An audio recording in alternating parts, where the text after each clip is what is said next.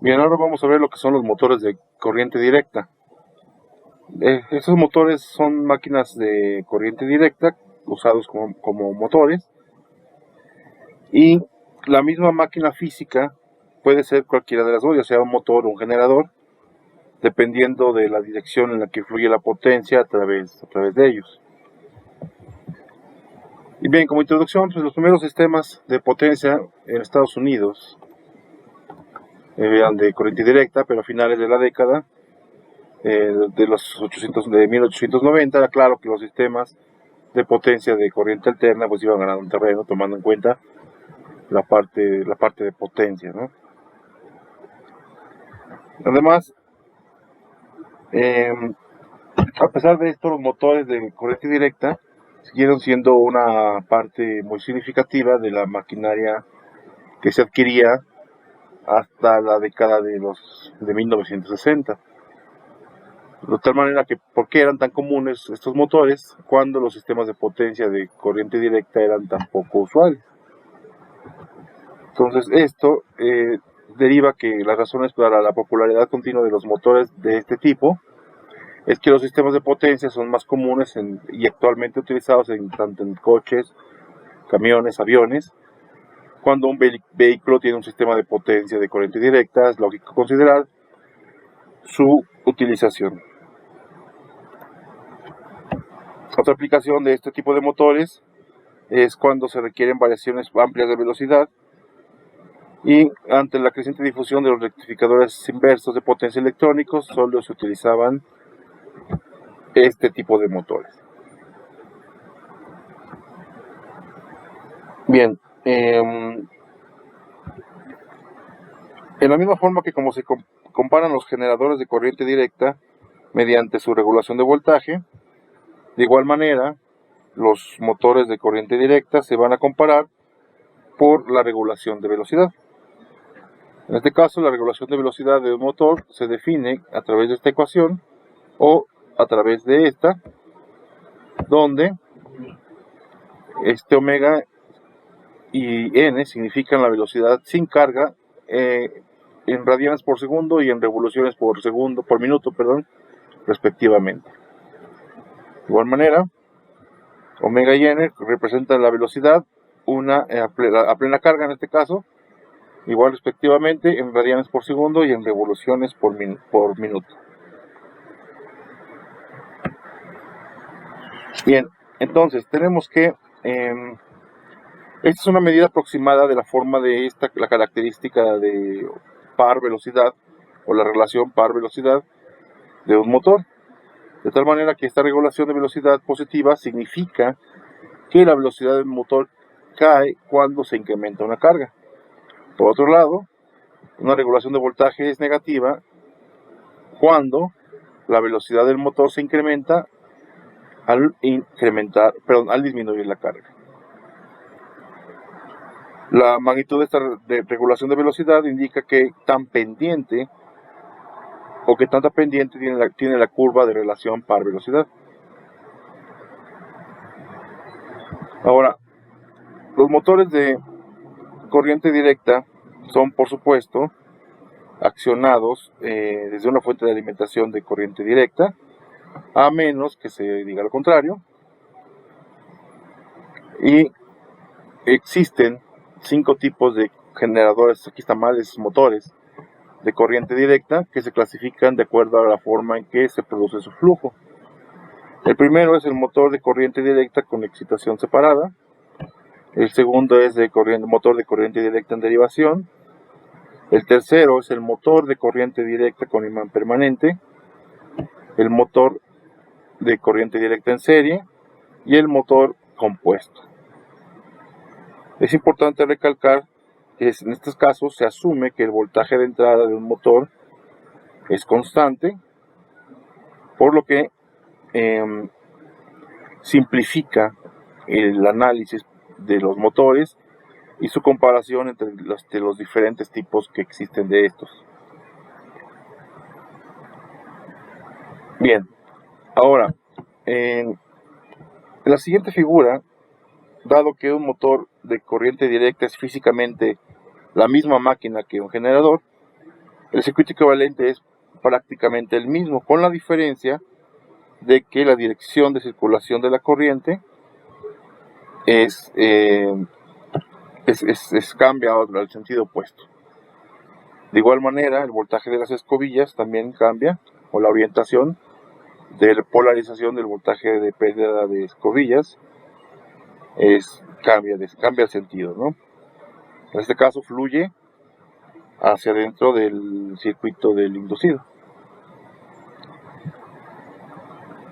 donde igualmente, en el caso de los generadores, estas variables corresponden a cada uno de los parámetros que se tiene tanto en el circuito del campo como en el circuito del inducido.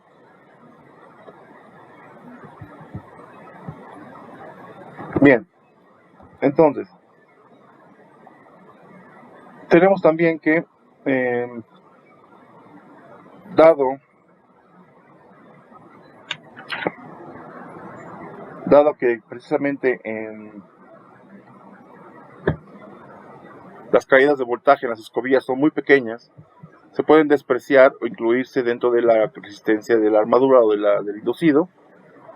Además, RF se incluye en la resistencia variable obteniendo el circuito. En este caso, en el mismo caso que los generadores, se asume que en este caso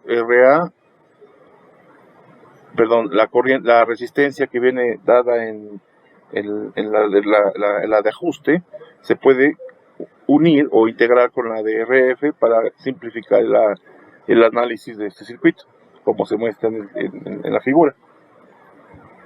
Entonces, redundando en esta parte, es que los circuitos son parecidos a los generadores DC, excepto que en la dirección del flujo de corriente y las pérdidas de las escobillas van en sentido contrario, van hacia adentro, en este caso del circuito del inducido.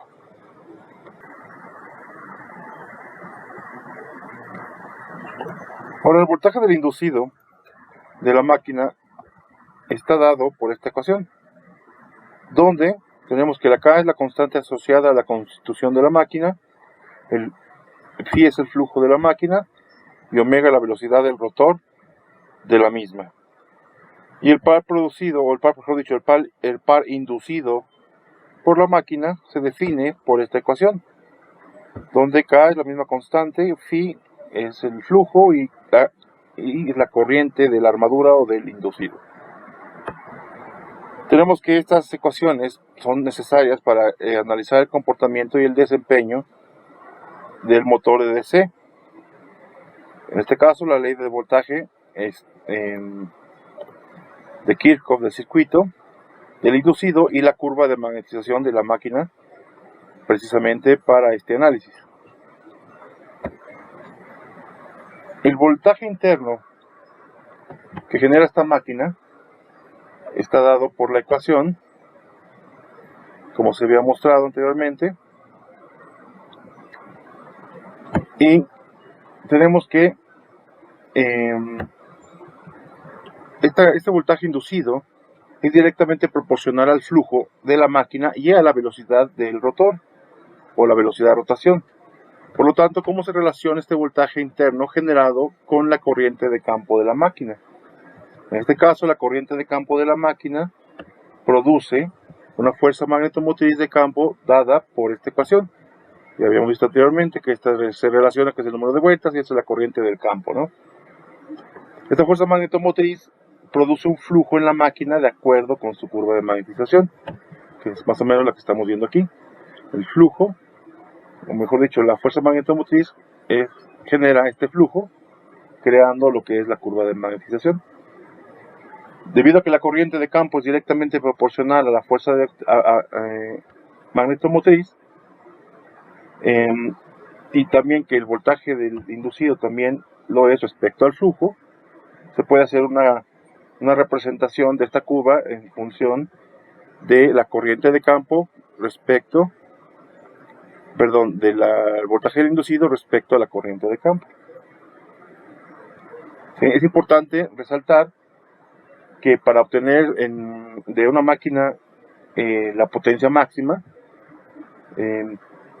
en la mayoría de los motores y generadores se diseñan para operar muy cerca del punto de saturación de la curva de magnetización, en este caso con lo que le llaman la rodilla, y esto implica que se requiera relativamente un incremento en la corriente para obtener ese pequeño incremento en esta región del voltaje interno. Bien, ahora tenemos lo que son el motor de excitación separada y en derivación.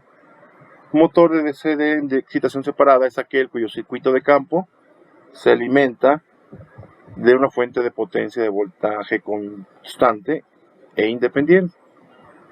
En esta figura se muestra lo que es el circuito independiente, el circuito equivalente de esta máquina, donde aquí se muestran algunas relaciones de voltaje y corriente, y estas, como se mencionaba anteriormente, se agrupan y se nombran RF, ¿no? O la la resistencia de campo. Bien, en donde precisamente tenemos las nomenclaturas. Este es el voltaje interno real medidos, o el voltaje total. Este es el voltaje interno generado, la corriente del inducido o de armadura conocida, y para este caso particular, la corriente de armadura es igual a la corriente de la corriente real. Por otro lado, el motor en derivación es aquel cuyo circuito de campo obtiene su potencia directamente a través de las terminales de inducido del motor, como se muestra en esta figura. Ustedes observan, ahora tenemos lo que es ya no hay un circuito de campo, sino que está dentro del circuito en derivación, de una derivación de campo, de tal manera que si el voltaje que se suministra a un motor es constante, por lo tanto, no hay diferencia práctica entre el comportamiento de estas dos máquinas. Prácticamente se definen o se deducen que son la misma, ¿no?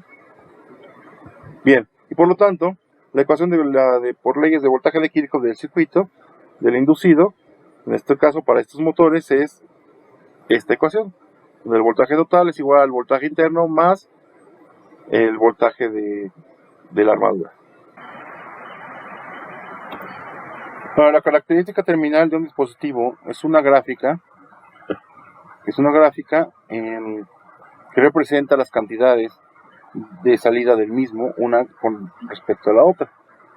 Para un motor, las cantidades de salida son el par y la velocidad del eje, por lo que la característica de estas terminales es una gráfica, como se mencionó, donde se aprecia la relación del par de salida contra la velocidad de salida.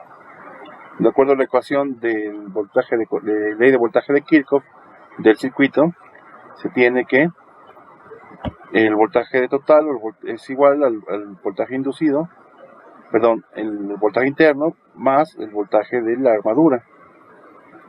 Y entonces el voltaje, la característica de salida del motor de corriente directa en derivación, se obtiene a partir de las ecuaciones de voltaje y de par inducidos mostradas anteriormente. De tal manera que, retomando la ecuación del voltaje del par inducido, del voltaje inducido, se tiene que menos esta ecuación, y la ecuación,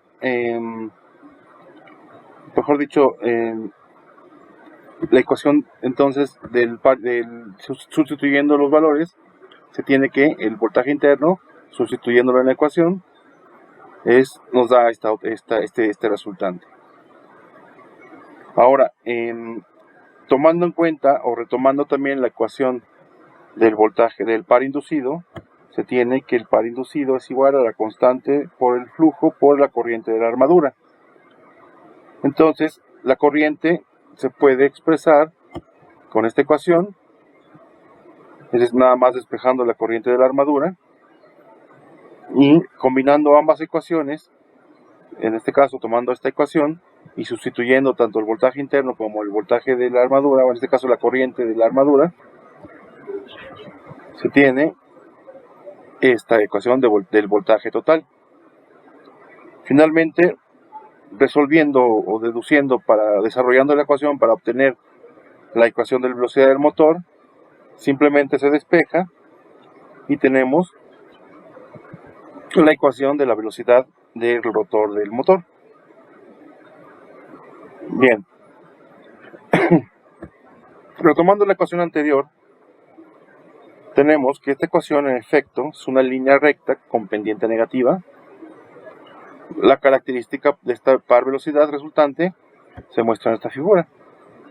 Ustedes observan, es importante que se muestra que la velocidad del motor varía linealmente con el par, siempre y cuando los otros términos de esta expresión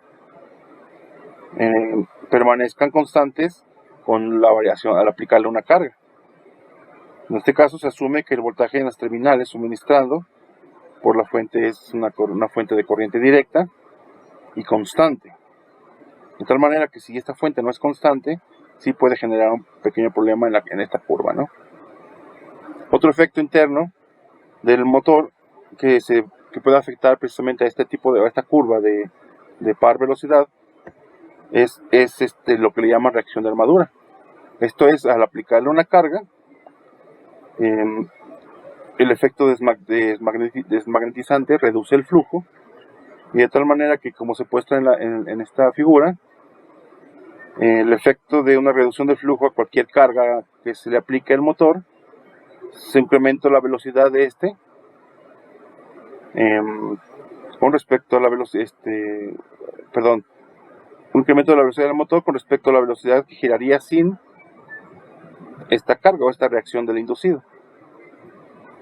De tal manera que si un motor tiene devanados de compensación, por supuesto no debería tener problemas por este efecto desmagnetizante, de tal manera que aunque se aumente la carga en el motor, el flujo permanecerá constante y mantendría este comportamiento sin ninguna perturbación en el caso del movimiento, del giro del robot, de la velocidad del motor.